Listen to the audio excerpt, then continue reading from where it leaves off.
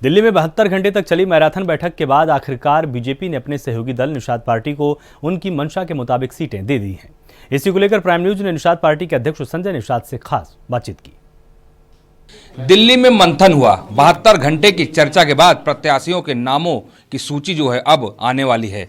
गठबंधन की सीटों को कितना दिया जा रहा तरजीह, इस पे भी कहीं न कहीं बात होगी, चर्चा होगी। लेकिन संजय निषाद जी, निषाद पार्टी के राष्ट्रीय अध्यक्ष हमारे साथ हैं, वो लगातार मीटिंगों में रहे। हम उनसे बात करते कितनी सीट मिली। सर, जो 72 घंटे मंथन हुआ दिल्ली में, आप भी मौजूद थे, सीटों पे चर्चा हुई, कितनी सीटें मिल रही हैं आपको?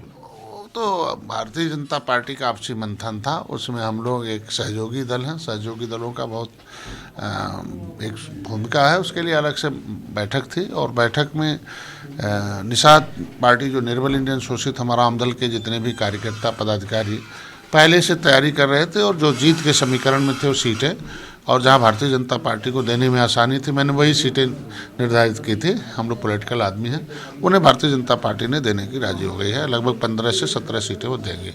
2-3 सीटें ऐसी हैं जो अभी 2-4 दिन बाद होगा, और 90% सीटों पर निषाद पार्टी अपने भोजन भरी थाली से चुनाव लड़ेगी।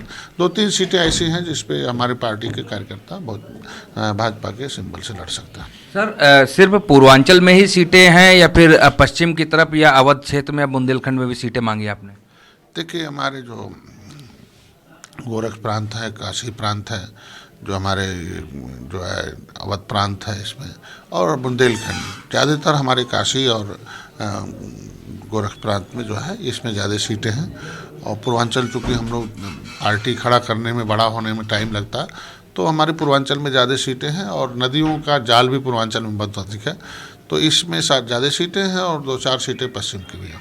सर, स्वामी प्रसाद और दारा सिंह और जो धर्म सिंह सैनी, इन्होंने पार्टी छोड़ी। आज स्वामी प्रसाद ने काफ़ी ज़्यादा आरोप भी लगाया, कहा कि साफ कर देंगे बिल्कुल बीजेपी को। अखिलेश यादव ने भी कहा है।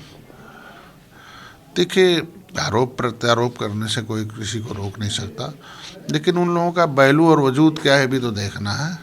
और जब ये लोग सत्ता में थे, सुख में थे, जब चुनाव आयोग ने इन लोगों को पदयुक्त कर दिया, पावर ख़त्म कर दिया, पद ख़त्म कर दिया, ये कर दिया कि आप जाओ चुनाव लड़के फिर से आओ और फिर से पद प्रतिष्ठा पाओ, फिर अपनी आवाज़ उठाओ।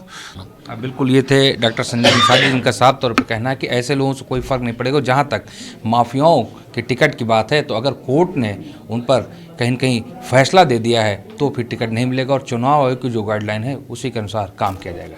कैमरा पर्सन आज तो साथ दिवाकर त्रिपाठी, प्राइम न्यूज, लखनऊ।